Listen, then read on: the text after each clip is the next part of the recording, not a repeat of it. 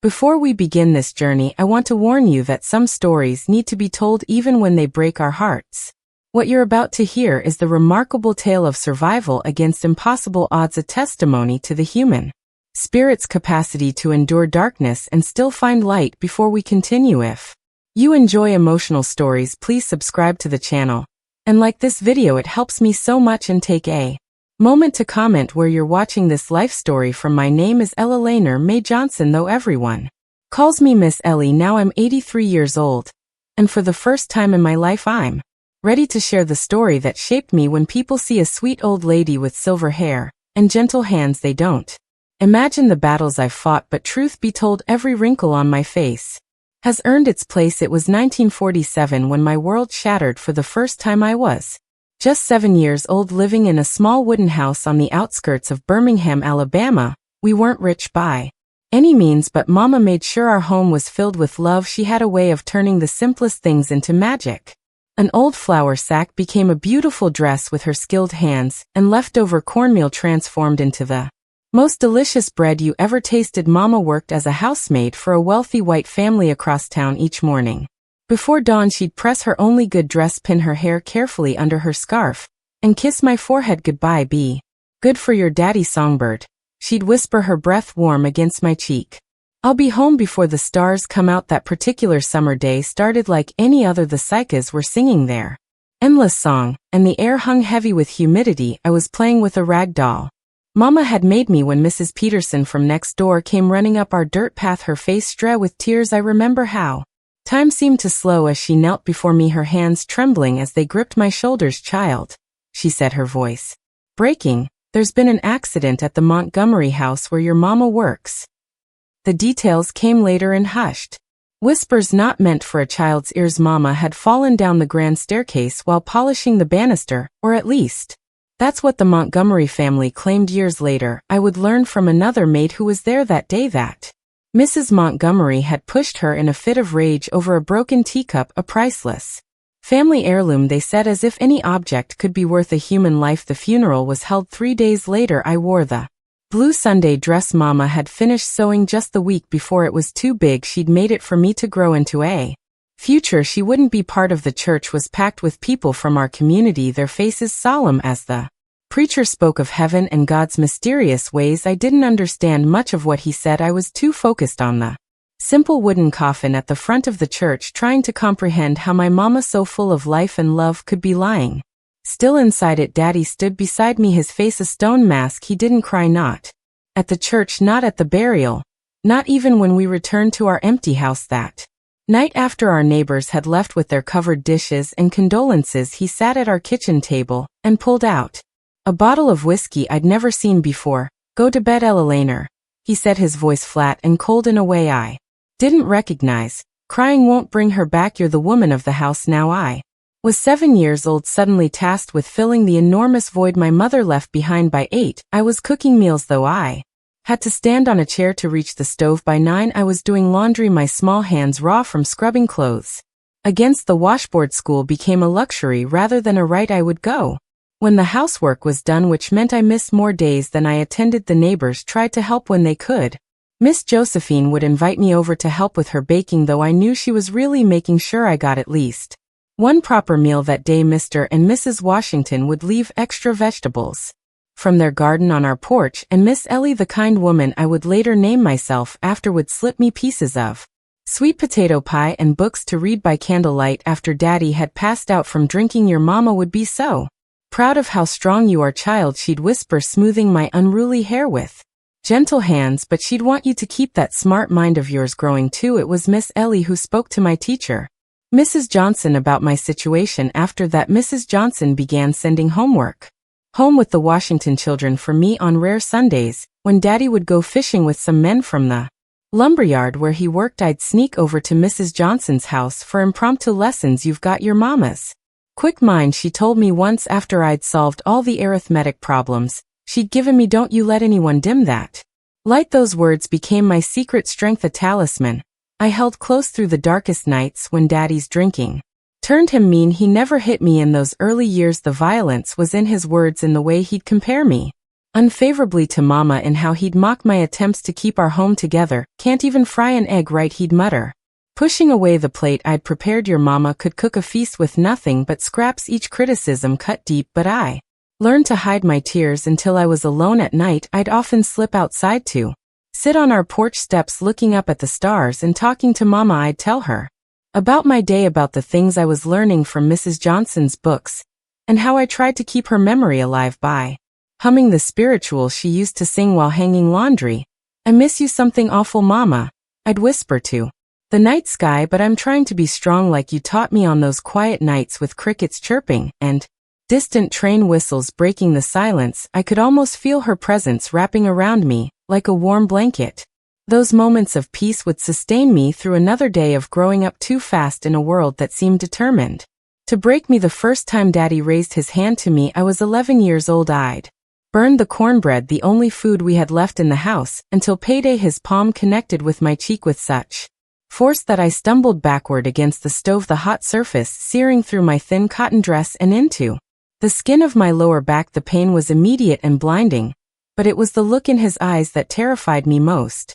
There was no remorse, no shock at what he'd done, only a cold emptiness that told me a boundary had been crossed, and there was no going back from that day forward. Life in our little house became a dangerous dance of trying to anticipate Daddy's moods, to make myself invisible when the whiskey bottle came out, and to endure the punishments that came when I couldn't disappear fast enough. Most nights I'd wait until his snores filled the house before tending to my injuries, cooling burns with precious well water, pressing damp cloths to bruises, biting down on a folded rag to muffle my cries when the pain was too much to bear. Silently in the morning, I'd cover any visible marks with long sleeves or high collars. Regardless of the Alabama heat, our neighbors suspected what was happening behind our closed doors. I could see it in their pitying glances and the way conversations would stop when I approached. But in our community in the 1950s South, family business stayed family business. The authorities wouldn't intervene for a colored child being disciplined by her father, not when they turned a blind eye to far worse injustices every day. By 1953, as I approached my 13th birthday, the world outside our little house was changing. Brown v. Board of Education had just been decided by the Supreme Court. Though it would be years before any real integration happened in Alabama, I would listen to the radio reports about the decision, about the resistance to it, about a young minister named King who was beginning to speak about dignity and justice in ways that made powerful people uncomfortable. One evening, as I was listening to one of these reports while preparing dinner, Daddy came home earlier than expected. He yanked the radio cord from the wall, his face contorted with rage. "Filling your head with dangerous ideas," he growled. "That's what got your mama killed." Thinking she was equal to white folks, it was the first time he'd ever suggested Mama's death wasn't an accident. And the implication hit me like a physical blow that night as I lay on my thin mattress nursing fresh bruises. I made a promise to myself I would find a way out. Not just for my safety, but to honor Mama's memory in a way that hiding and surviving couldn't. I didn't know then how that escape would come, or that it would arrive in the form of a movement that would change not just my life but the course of history itself. All I knew was that somewhere beyond the confines of our small house and the limitations of being a young black girl in the Jim Crow South, there had to be more than this. There had to be the possibility of freedom, not just from Daddy's fists but from a system designed to keep people like me small and afraid. Looking back now as an old woman who has lived to see changes I couldn't have imagined in those dark days, I recognized that this was the moment when a seed of resistance took root in my heart. It would be years before that seed would fully bloom, but in that moment of clarity amid my pain, something fundamental shifted. I was no longer just surviving until I could escape. I was beginning to envision a different world worth fighting for, and fight I would, though the battles ahead would test every ounce of strength and courage I possessed. As 1960 dawned, I had survived 6 years under my father's increasingly tyrannical rule. By then, Birmingham was a city on edge. The early tremors of what would become the civil rights movement were already being felt. Though few predicted the earthquakes to come for a black girl of 16 living in the shadow of violence, these changes seemed both impossibly distant and tantalizingly close. The day I turned 16, Daddy didn't acknowledge my birthday. It wasn't a surprise he hadn't marked the occasion since Mama died, but this Particular morning he did something unexpected. He tossed a crumpled newspaper across our worn kitchen table. As I served his breakfast job listing, he grunted, gesturing at the circled advertisement made position with the Williams family. You start Monday. My heart sank as I read the details. The Williams family lived on Mountain Brook, the wealthiest white neighborhood in Birmingham, nearly 2 hours away by bus. Working there would mean the end of any hope I had of returning to school. But Daddy, I began. Hesitantly, Mrs. Johnson said if I can finish this year, I might qualify for the back of his hand connected with my mouth before I could finish. The metallic taste of blood filled my mouth as he leaned in.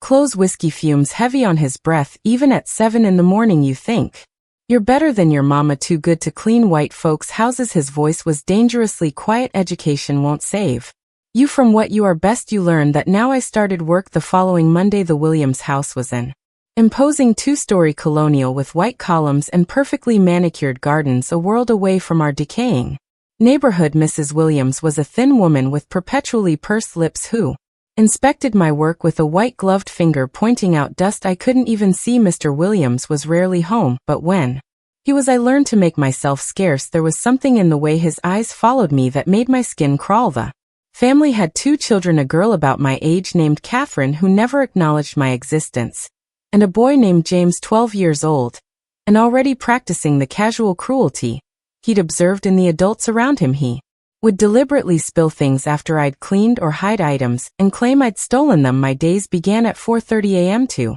catch the first bus and ended well after dark. The pay was pitiful, most of which Daddy took for room and board, but the job came with one unexpected blessing.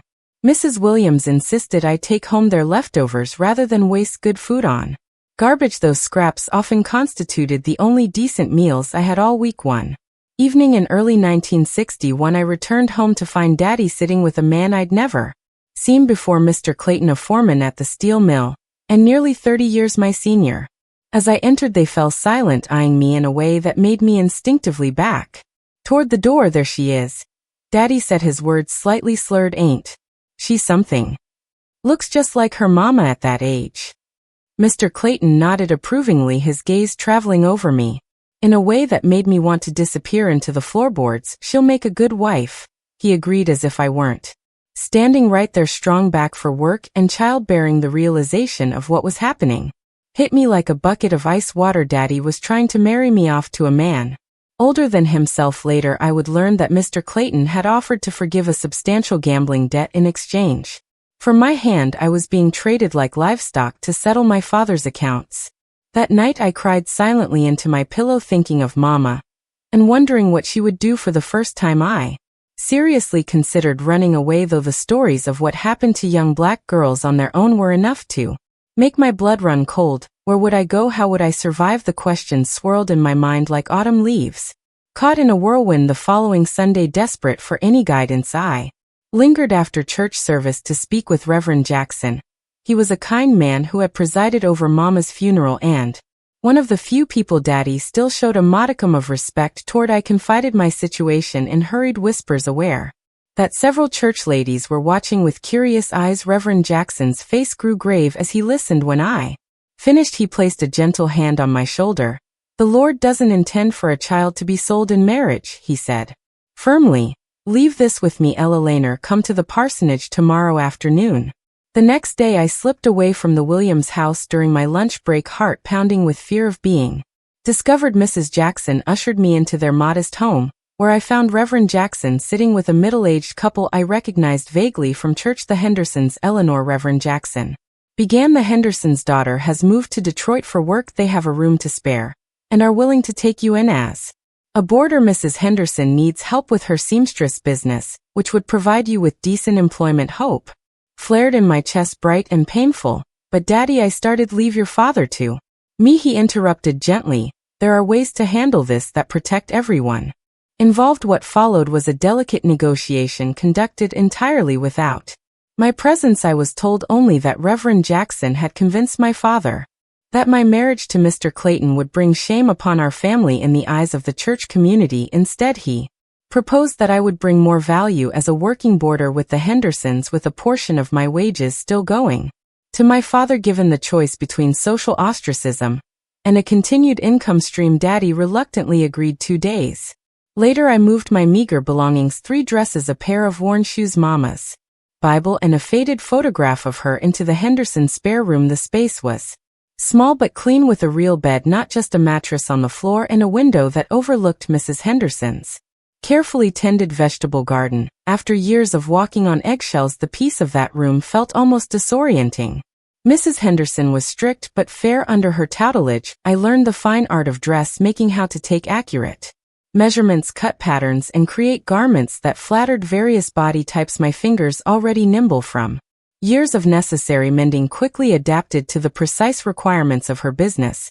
Soon I was not just assisting but creating dresses of my own design, which became popular among the young women in our community. "You have a gift, child," Mrs. Henderson remarked one evening as we finished a wedding dress for the daughter of a local deacon. "Your Mama must have taught you well." I swallowed the lump that formed in my throat.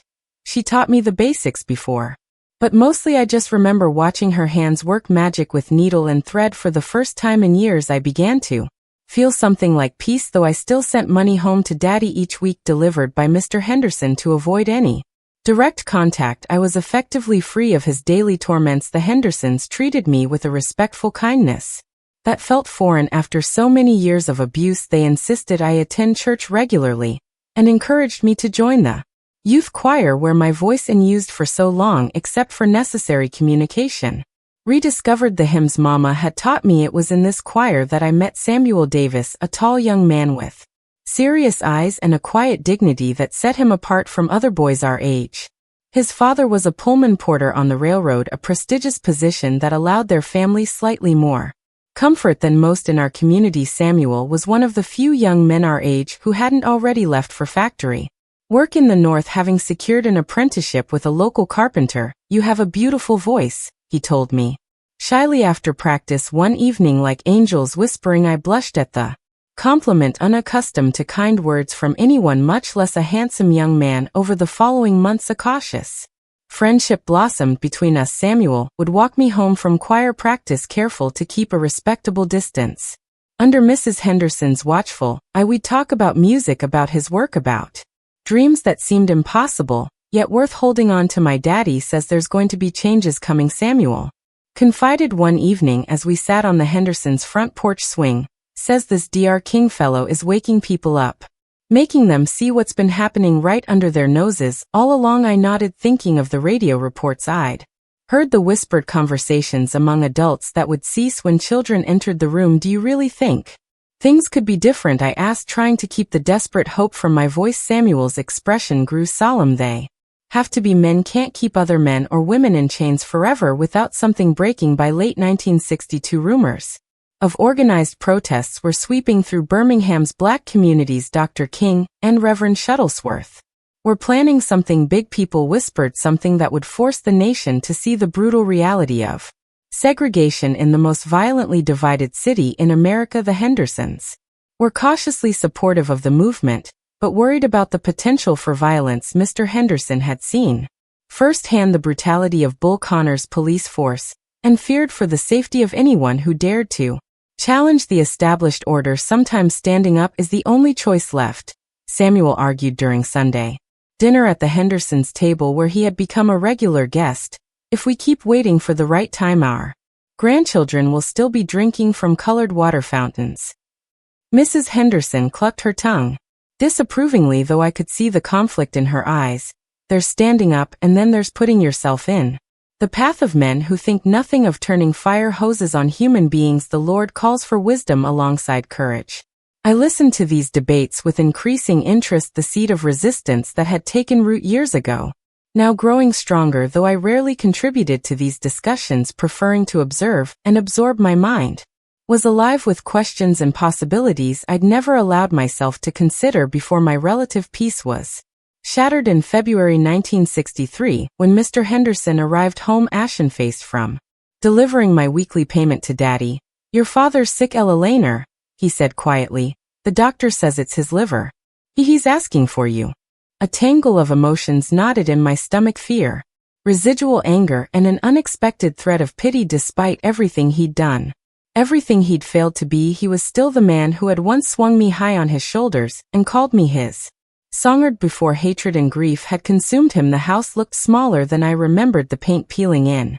Long strips like dead skin inside. The smell hit me immediately. Illness and neglect. Unwashed sheets and stale whiskey. Daddy lay on the same bed he'd shared with Mama, his once powerful frame wasted to almost nothing. His skin had a yellowish tint, and his eyes, when they focused on me, showed a clarity I hadn't seen in years. Eleanor, he croaked, his voice a dry rustle. You came. I nodded, standing awkwardly in the doorway, unsure how to proceed. Part of me wanted to turn and run. Another part felt rooted to the spot by obligation or curiosity. I couldn't tell which. Sit, he said, gesturing weakly to the edge of the bed. When I hesitated, something like shame crossed his face. Please, I won't hurt you. Those days are done. Cautiously, I perched on the very edge of the mattress, ready to spring away if needed. Up close, I could see how death had already begun to claim him, hollowing his cheeks and sinking his eyes. I ain't been right since your mama died, he said after a long silence. Took the best of me with her. That's no excuse for what I done to you. He paused, each breath visibly paining him. I don't expect forgiveness, just wanted you to know I see what I did. Too late, but I see it. Tears pricked at my eyes. Unexpected and unwelcome. This deathbed confession couldn't erase years of pain, couldn't heal the scars, both visible and invisible, that I would carry forever. But in that moment I saw not the monster of my nightmares, but a broken man who had lost his way in grief. I forgive you. I heard myself say the words emerging before I'd consciously formed them. Not for you, for me, so I don't have to carry your sins alongside my scars. He nodded once, a tear slipping down his sunken cheek. You got her strength, her heart, best parts of both of us. We sat in silence after that, the weight of years and unspoken words hanging between us. Eventually his breathing grew more labored, and I called for the doctor, waiting in the next room. Daddy died 3 days later, with me reading from Mama's Bible at his bedside. The funeral was sparsely attended, a testament to how thoroughly he had isolated himself from the community that might have helped him heal. As we left the cemetery, Samuel took my hand in his, a public gesture that would have been unthinkable just months before. You're free now, he said quietly. I looked back at the fresh grave beside my mother's older one. Yes, I agreed, feeling the truth of it settle into my bones. And it's time I figured out what that means. Little did I know that the path to true freedom would lead me into the heart of a movement that was about to shake Birmingham and the nation to its very foundations. The spring of 1963 was approaching, and with it a baptism by fire that would transform me from a survivor to a fighter. April 1963 arrived with an electricity in the air that seemed to vibrate through Birmingham streets. The whispers had grown louder, meetings more frequent, and even those who had previously kept their distance from troublemaking began to listen with intent. When news of Dr. King's plans spread through our community after Daddy's funeral, I had moved permanently into the Hendersons' home, no longer as a boarder, but as something closer to family. Mrs. Henderson had formally taken me on as an apprentice in her dressmaking business, and my designs had developed a modest following among the younger women in our church. You have a future in this, Eleanor, she often told me, a way to support yourself with dignity. But while I appreciated her encouragement, something had awakened in me that couldn't be satisfied by needle and thread alone. The movement was calling, its pull as irresistible as a tide. One evening in early April, Samuel arrived at the Hendersons' door with unusual urgency after dinner. As we sat on the porch swing, now with Mrs. Henderson's blessing, though she still monitored us through the window, he leaned in close. There's a meeting tonight at 16th Street Baptist, he whispered. Dr. King himself will be speaking. They're planning demonstrations, big ones. Will you come with me? Mrs. Henderson would never approve of me attending such a gathering. Though sympathetic to the cause, she feared the violence that would inevitably follow. I glanced back at the window where her silhouette was visible through the curtains. Tell her we're going for a walk to discuss wedding plans, Samuel suggested with a mischievous smile that made my heart flutter. Despite the seriousness of the moment, it wasn't entirely a lie, though. No formal proposal had been made. We had begun to speak of a future together, a modest home, perhaps children someday. Mrs. Henderson, eager to see me settled respectably, had encouraged the courtship, unaware that Samuel's involvement in the Movement ran far deeper than occasional dinner table discussions. The church was packed beyond capacity when we arrived. The air thick with anticipation and the mingled sense of pomade perfume and perspiration. We squeezed into a spot near the back, just as Reverend Shuttlesworth rose to introduce Dr. King.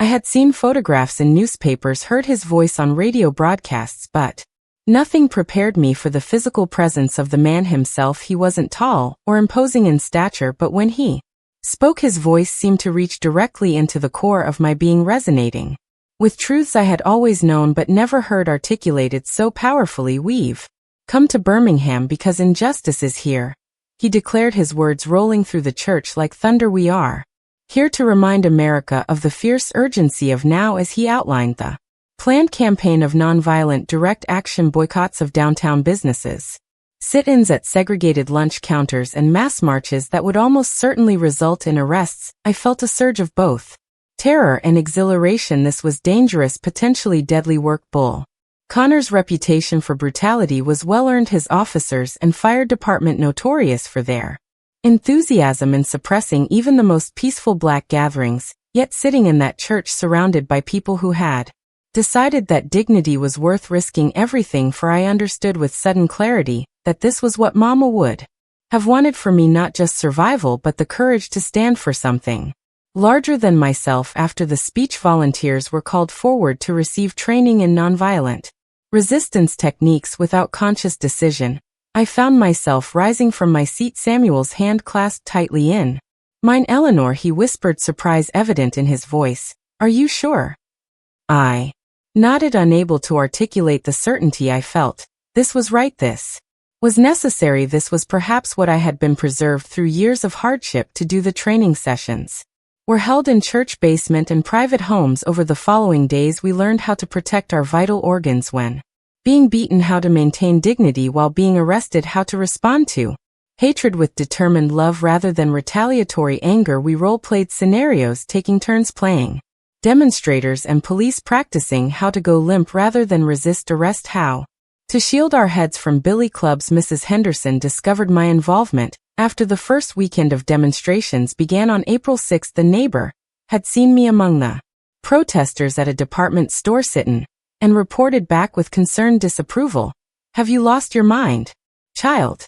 she demanded when I returned home. "Do you have any idea what those policemen will do to you, what they do to our girls especially?" I met her gaze steadily, finding a courage I hadn't known I possessed. "Yes, ma'am, I believe I do, but someone has to stand. If not me, then who?" Her eyes filled with tears as she pulled me into a fierce embrace. "Your mama would be proud," she whispered, and terrified just like I am. From that day forward, the Hendersons' home became a quiet hub of support for the movement. Mrs. Henderson sewed armbands for demonstrators and prepared sandwiches for those doing jail support. Mr. Henderson used his delivery truck to transport protesters to and from demonstration sites, careful to vary his routes to avoid police surveillance. The true test came on May 2nd when the youth marches began. Dr. King and his advisors had made the controversial decision to include children and teenagers in the demonstrations, knowing the national outrage that would follow if young people were arrested and jailed. Though I was nearly 19 by then, I joined the youth contingent alongside Samuel, who had been appointed a group leader because of his calm demeanor under pressure. The morning dawned clear and warm as hundreds of us gathered at 16th Street Baptist, receiving last-minute instructions and encouragement from movement leaders. We sang freedom songs that lifted our spirits and steeled our resolve. "Ain't going to let nobody turn me round, turn me round, turn me round. Ain't going to let nobody turn me round. I'm going to keep on walking, keep on talking," marching up to Freedom Land. As we prepared to exit the church in orderly groups of 50, a young minister I knew as Reverend Abernathy addressed us. "Remember, no matter what happens today, you are fighting for your dignity, for your future, and for generations yet unborn. Walk with pride, meet hatred with love, and know that the eyes of the world are watching." I was assigned to the third group, led by a Howard University student named Diane Nash. Samuel would lead the fifth group, meaning we would be separated during the march. Before joining my group, he pulled me aside, his expression more serious than I'd ever seen it. "If they arrest you," he said quietly, "don't resist. Give them your real name. The lawyers will find you faster that way. If they hurt you," his voice caught Remember, you're not alone, we're all with you even when they separate us. He pressed something into my palm, a small silver cross on a chain my mama's, he explained, said it always protected her, want it to protect you. Now I slipped it around my neck, tucking it beneath my blouse where it rested cool against my skin. Standing on tiptoe, I kissed him quickly, not caring who saw. See you on the other side, I whispered. Our group exited the church singing, We Shall Overcome. Moving with deliberate steps toward Kelly Ingram Park, we had barely made it 2 blocks when police vans screeched to a halt in front of us. Bull Connor himself emerging from the lead vehicle, bullhorn in hand. You disperse immediately, his voice crackled through the amplifier. You are participating in an unauthorized demonstration in violation of city ordinances. Diane Nash stepped forward, her voice clear and unwavering. We are exercising our constitutional right to peaceful assembly and protest. We will not disperse. What followed remains burned into my memory with photographic clarity. Officers descended on us with nightsticks and snarling police dogs. Those in front dropped to their knees in prayer. Following our training, I found myself doing the same, heart hammering in my chest as an officer approached, his face contorted with disgust. Last chance, he growled, nightstick tapping against his palm. I looked him directly in the eyes, surprising myself with the steady calm in my voice. I'm staying right here, sir. The blow caught me across the shoulders, pain exploding through my upper back. I curled forward, protecting my head as we'd been taught, mama's cross pressing against my breastbone. More officers moved through our group, roughly pulling protesters to their feet, dragging those who went limp as instructed. I was hauled upright by 2 officers who twisted my arms behind my back with unnecessary force. Handcuffs bit into my wrists, the metal cold and unyielding as they shoved me toward a transport van already crowded with other young protesters. I caught sight of newspaper photographers capturing the scene. For a moment, I straightened my spine, lifted my chin, and looked directly into the nearest camera lens. See me, I thought fiercely. See what they're doing to us for asking to be treated as human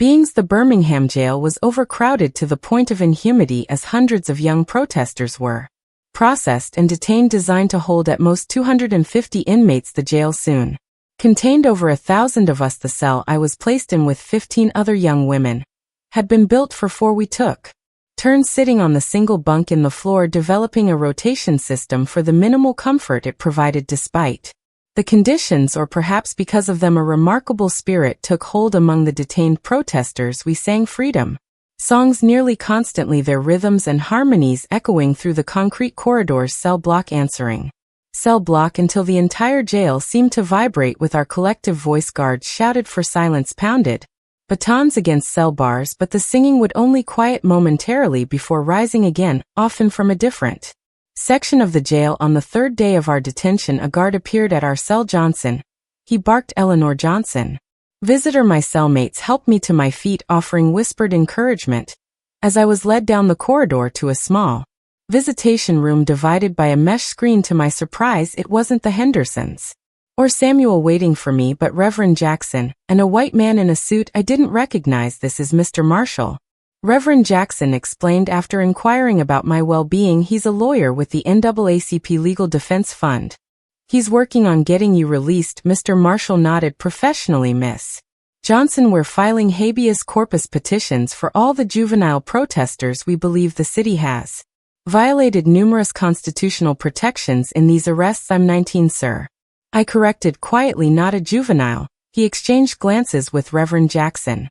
That's actually why we're here. Specifically, we have reason to believe your photograph may appear in tomorrow's edition of the New York Times. A journalist identified you by name to his editor. Your story, Orphan Girl, overcoming an abusive childhood to stand for justice. It has narrative power. I blinked, trying to absorb what he was saying. My picture in a newspaper in New York, potentially more than that. Reverend Jackson added gently. The journalist is requesting an interview when you're released. The movement needs stories that touch hearts. Ella Laner, yours could be one of them. Over the next 2 days, as negotiations between movement leaders and city officials intensified, I was interviewed by not just 1 but 3 different reporters who had somehow gained access to the jail. I told them about Mama, about growing up under Daddy's tyranny, about finding my voice and purpose in the movement. I spoke of dignity and determination, carefully following the talking points movement leaders had drilled into us during Training on May 10th, an agreement was reached. The city would begin desegregating public facilities and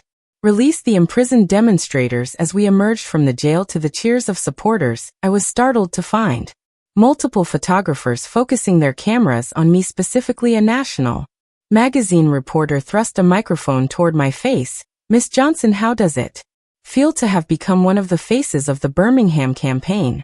she asked. Before I could respond, Samuel appeared at my side, wrapping a protective arm around my shoulders. Despite 6 days in jail himself, he looked remarkably composed. "She's just done 6 days in inhumane conditions for the crime of asking to be treated as a human being," he answered firmly. "She'll be making no further statements today."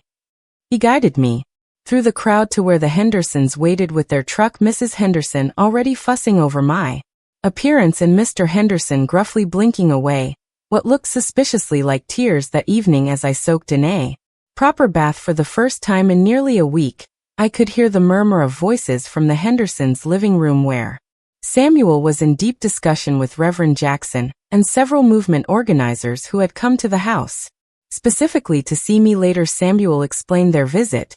"They want you to speak at rallies," he said, his expression a mixture of pride and concern. "That photograph of you looking directly into the camera while being arrested, it's everywhere. People are calling you the girl with dignity. They think your story can help people understand what we're fighting for." In the weeks that followed, I found myself in an entirely unexpected role, a movement spokesperson.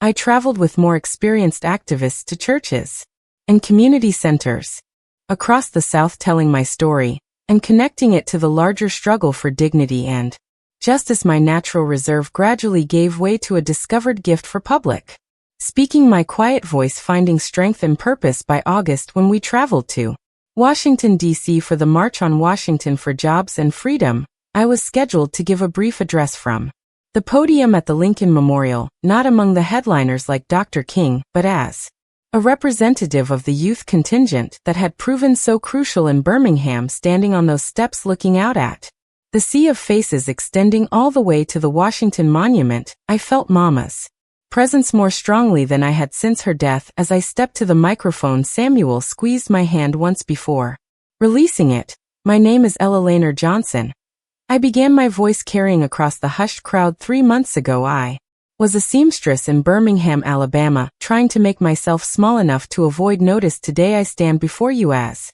living testimony that none of us was born to be invisible. The crowd's response washed over me like a wave, their applause and cheers carrying me through the remainder of my short speech. When I returned to my seat, Dr. King himself leaned over to shake my hand. "Well done, Miss Johnson," he said with a warm smile. "Your mother would be proud." I stared at him in surprise. "You didn't know my mother, Dr. King?" His smile deepened. "No, but I know daughters, and no mother could help but be proud of a daughter who carries herself with such dignity." Hours later, after his "I have a dream" speech had moved the nation to tears and hope, Samuel and I stood on the steps of the Lincoln Memorial. As the crowd gradually dispersed, the marble felt cool beneath my tired feet as I slipped off my shoes, looking out over the reflecting pool now strewn with pamphlets and paper cups, evidence of the multitude that had gathered in peaceful solidarity. "What happens now?" I asked quietly. Samuel took my hand, his fingers intertwining with mine. "We keep fighting. The march isn't the end, it's barely the beginning." "I meant for us," I clarified, turning to face him fully. Something shifted in his expression, vulnerability replacing his usual steady confidence. Reaching into his pocket, he withdrew a small velvet box that looked incongruously fancy in his callous carpenter's hand. "I was going to wait for a proper moment," he admitted. "A nice restaurant maybe, or back home in the garden at sunset, but standing here with Lincoln and history as witnesses." He opened the box, revealing a modest ring with a single small diamond. "Ella Laner, May Johnson, will you build a future with me? Not just a marriage, but a partnership in this work we've both been called to." Tears blurred my vision as I nodded, words momentarily beyond my capacity. As he slipped the ring onto my finger, I found my voice again. "From this day forward, I promise whatever comes we face it." Standing, we were married 2 months later at 16th Street Baptist Church, a decision that took on painful significance when just weeks before our wedding, a bomb planted by Klansmen killed 4 little girls during Sunday school at that very sanctuary. We had considered changing venues after the tragedy, but Reverend Jackson convinced us, otherwise those children died, because hateful men fear what happens when we claim our rightful place in this society. He said we honor them by continuing to claim that place in life in love and joy, even in the midst of grief. And so on November 16, 1963, I walked down the aisle of the partially rebuilt church passing the pew, where I had first heard Dr. King speak, to join my life with Samuel's. My borrowed wedding dress was simple but elegant, made with loving care by Mrs. Henderson, who had become the mother my heart needed after losing my own. As we exchanged vows, I felt the presence of all who had brought me to this moment. Mama, whose love had sustained me even after her death. Daddy, whose brokenness had taught me the cost of surrendering to hatred. The Hendersons, who had shown me what family could be, and the movement that had helped me find my voice. I now pronounce you husband and wife. Reverend Jackson declared with evident joy. You may kiss your bride. As Samuel's lips met mine, sealing our commitment before God and community, I knew with bone-deep certainty that this was just one milestone in a journey that would continue for decades to come. The struggle for full equality was far from over. The path ahead still fraught with danger and setbacks, but for the first time in my life I was fully free, not just from Daddy's fists or society's limitations, but free to become the woman I was always meant to be. And that woman I had discovered was stronger than anyone, including myself, had ever imagined. The years following our wedding were marked by tremendous change, both in our nation and in my personal journey. We began our married life in a modest one-bedroom apartment not far from the Hendersons, with Samuel continuing his carpentry work, while I divided my time between Mrs. Henderson's dressmaking business and increasingly frequent speaking engagements for the movement. The assassination of Dr. S. King in April 1968 struck us like a physical blow. I had just discovered I was pregnant with our first child when the news reached us. Samuel and I held each other in stunned silence, our tears mingling as the radio delivered details of his murder in Memphis. The following day, riots erupted across the nation, a physical manifestation of collective grief and rage that seemed to shake the very foundations of our country. What kind of world are we bringing this child into? I whispered that night, my hand resting protectively over my still flat stomach. Samuel placed his hand over mine, his voice steady despite the grief etched in his face. A broken one, he admitted, but one worth fighting to repair. 2 days later, despite warnings about potential violence, we joined thousands of mourners in a memorial march through Birmingham. I wore a black armband over my Sunday best, carrying a hand-lettered sign that read, "Simply, his dream lives in us." The streets were eerily quiet, our footsteps and muffled sobs the only sounds disturbing the heavy silence that had descended over the city. Our daughter was born that September, Marion Liberty Davis, named for both the great contralto Marian Anderson and the freedom we continued to pursue. She arrived with a powerful set of lungs and a determination that reminded me immediately of my mother. She's going to be a fighter, the midwife chuckled as she placed my screaming daughter in my arms. She comes by it honestly, Samuel replied, his eyes shining with tears as he stroked her perfect tiny fingers. Motherhood transformed me in ways I hadn't anticipated. The fierce protectiveness I felt toward Marion gave new urgency to our work. Every segregated playground, every underfunded colored school, every lingering vestige of Jim Crow became not just an abstract injustice, but a direct threat to my child's future. At the same time, the physical demands of caring for an infant necessarily changed my involvement in the movement. Rather than traveling for speaking engagements, I began hosting meetings in our home, turning our modest living room into a planning center for voter registration drives and education initiatives. While Samuel attended marches and demonstrations, I focused on the equally vital work of community organizing, creating networks of support for families affected by poverty and discrimination, establishing a clothing cooperative that evolved from Mrs. Henderson's dressmaking business, and developing adult literacy programs for those who had been denied education. When Marion was 18 months old, Mrs. Henderson suffered a stroke that left her partially paralyzed. Without hesitation, Samuel and I moved into the Henderson home to help with her care. Mr. Henderson, himself aging and struggling with arthritis, wept with gratitude when we arrived with our belongings. The Lord works in mysterious ways, he said, embracing us both. Sent you to us when you needed family, and now you're returning the blessing. Over the next 2 years, our household settled into a new Rhythm. I took over the dressmaking business, entirely expanding it to include a small storefront on the main street of our neighborhood. Samuel built custom furniture in a workshop behind the house, his reputation for quality craftsmanship bringing orders from increasingly diverse clientele, including several white families who would never have considered patronizing a black business. Just a few years earlier, Marion thrived in this multi-generational household, toddling between Grandpa Henderson in his rocking chair and Grandma Henderson in her sick bed, bringing smiles to both with her infectious giggles and emerging personality. Mrs. Henderson, though physically diminished, became my daughter's first teacher, patiently helping her form letters and numbers with weakened hands that still remembered decades of precise stitch work. In 1970, our family expanded again with the birth of our son Martin Samuel Davis. While his sister had entered the world with dramatic flair, Martin arrived quietly, his thoughtful gaze seeming to take in everything around him from his earliest days. He has an old soul, Mrs.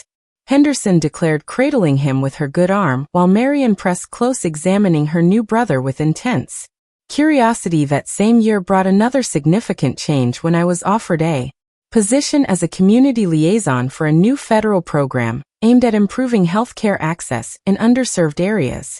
The role combined my organizing experience with my growing passion for addressing the health disparities that plagued our community. Their offering how much, Samuel asked incredulously when I showed him the salary letter. I nodded, still somewhat stunned. Myself more than you and I make combined right now. It was a remarkable opportunity, but one that would require significant adjustments. We would need help with the children during working hours, and I worried about Mrs.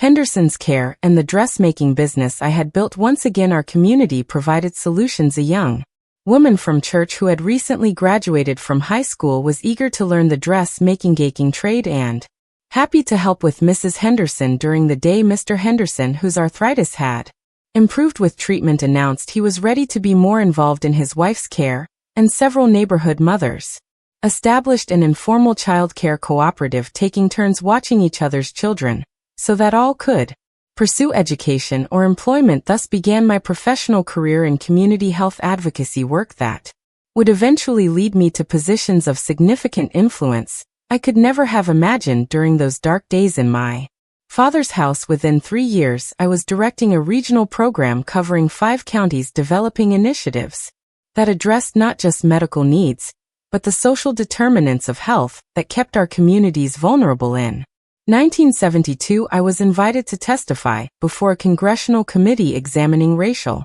disparities in healthcare access, a moment of profound significance as I stood in the halls of power that had for so long excluded people who looked like me. Mrs. Davis, one congressman began, his tone skeptical. You've suggested that the health problems in your community are the result of systemic issues rather than individual choices. Could you elaborate? I looked directly at him, thinking of the mothers I'd worked with who had to choose between medicine and food, the children with preventable illnesses who lived in housing infested with rats and mold, the elderly who couldn't access specialists because no bus routes served their neighborhoods.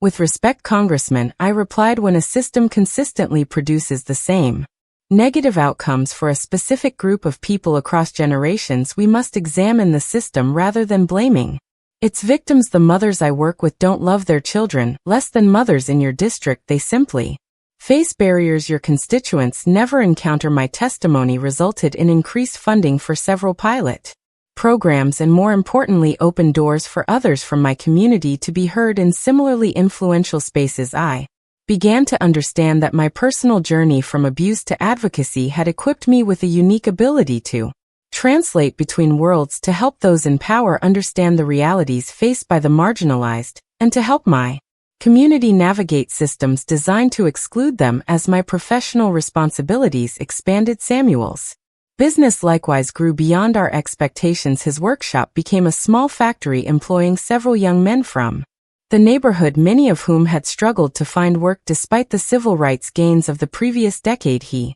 specialized in custom church furnishings, altars, pulpits, and baptismal fonts that graced sanctuaries throughout the South and beyond. Never thought my hands would create something that would hold God's word, he once mused, running his fingers over the intricate carving of a pulpit destined for a historic church in Atlanta. My daddy would have been proud to see this. Our children grew in this atmosphere of purpose and possibility absorbing without fully understanding the significance of the changes occurring around them. Marian inherited my voice and outspoken nature, leading her elementary school in integrating its formerly segregated gifted program through sheer force of will and undeniable academic excellence. Martin, quieter but equally determined, showed remarkable artistic talent, spending hours in his father's workshop learning to coax beauty from raw wood. In 1975, Mrs.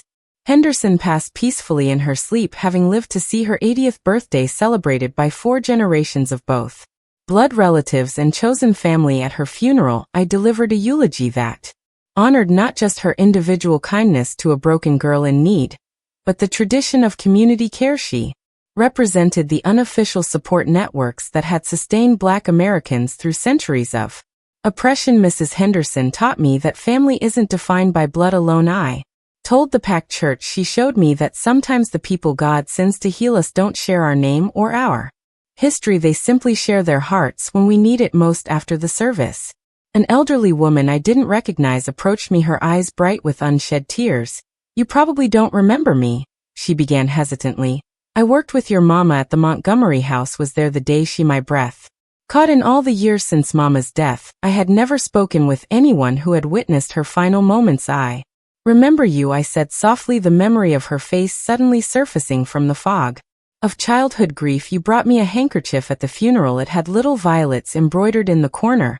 She nodded, tears now flowing freely. "Your mama talked about you all the time. Her little songbird, she called you, said you were going to fly higher than anyone in your family ever had." She clutched my hand between her gnarled fingers. "She was right, child. Lord, was she right?" That night, after the children were asleep, I shared this encounter with Samuel as we sat on the porch swing that had witnessed so many pivotal conversations in our life together.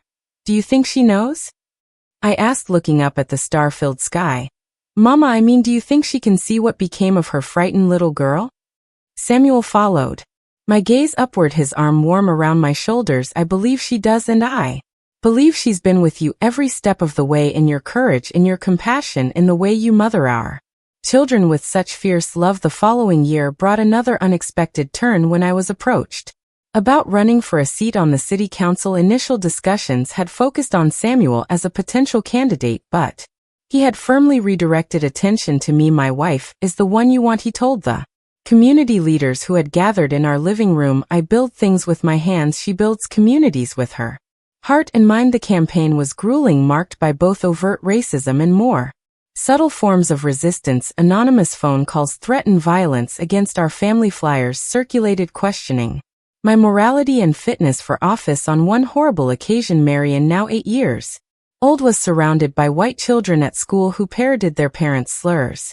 Yet for every act of hatred there were multiple expressions of support. Volunteers from across the city, including an increasingly visible contingent of white allies, staffed phone banks, distributed literature, and organized neighborhood forums. Local business owners contributed to our modest campaign fund, and most moving of all, elderly community members who had never voted before completed registration paperwork, many signing with X's because they had been denied the education needed to write their names on election night. Surrounded by family and supporters in the fellowship hall of 16th Street Baptist Church, I watched in stunned silence as the results were announced. Ella Laner Johnson Davis had become the first Black woman elected to the Birmingham City Council, winning by a margin that defied even our most optimistic projections. "Speech," the crowd chanted as I stood frozen. Samuel's steadying hand at the small of my back. I approached the microphone slowly, my mind racing back through the improbable journey that had brought me to this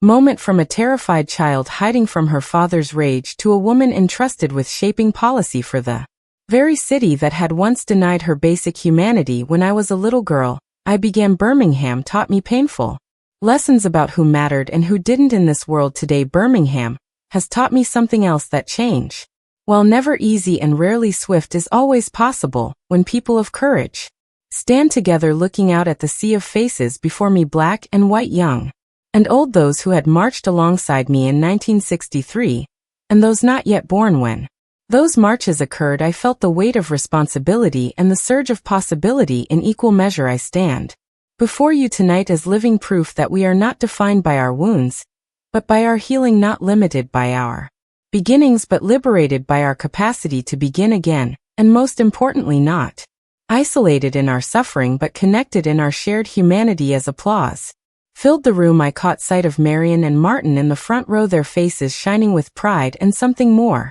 profound, the unquestioned belief that they could achieve whatever they set their minds to. For them, a Black woman in leadership was not revolutionary, but expected. Their horizons would not be limited by the boundaries that had constrained mine. In that moment, I understood the true arc of my journey. From victim to advocate to leader, each step, even the painful ones, had been necessary to forge the woman I had become, a woman capable of not just surviving adversity, but transforming it into purpose, a woman whose voice, once silenced by fear, now resonated with authority. In rooms where decisions affecting thousands were made, the abused child I had been could never have imagined the life I now lived, yet somewhere deep within that frightened girl had existed the seeds of the strength I now possess, seeds nurtured by my mother's brief but powerful love, by the communities that had embraced me, by the movement that had shown me the power of collective action, and by my own stubborn refusal to be defined by my wounds. As the celebration continued around me, I slipped outside for a moment. Alone, the night air was cool against my skin as I looked up at the same stars I had once confided in as a lonely child. But I was no longer alone, no longer silenced, no longer small. We did it. Mama, I whispered to the glittering sky, your songbird learned to fly, and in the gentle breeze that stirred the trees above me, I could almost hear her answer. I never doubted you would, child, I never doubted you would. All right, now as I sit here at 83, looking back on a life that has spanned council seats and congressional testimonies, community health initiatives, and educational foundations, I am most proud not of the accolades or achievements but of the legacy continued through my children and grandchildren. Marion became a civil rights attorney fighting modern manifestations of the same injustices I had faced. Martin established arts programs for at-risk youth, healing trauma through creativity just as I had once found solace in song. And when my grandchildren ask how I found the courage to overcome such a painful beginning, I tell them the truth that courage isn't the absence of fear but the decision that something matters more than fear. For me, that something was the determination that the violence that had marked my childhood would not define my future. Or there's every wrinkle on my face, every gray hair on my head, every scar visible and invisible that I carry. They all tell the story of a journey from darkness into light, a journey that reminds us all that no matter how broken our beginnings, our endings are still ours to write, and that, my dears, is how a frightened little girl became the woman you know today, not by forgetting her past, but by refusing to let it dictate her future. If this story touched your heart, don't forget to like and subscribe. For more emotional stories like this one, your support means the world to me. See you next.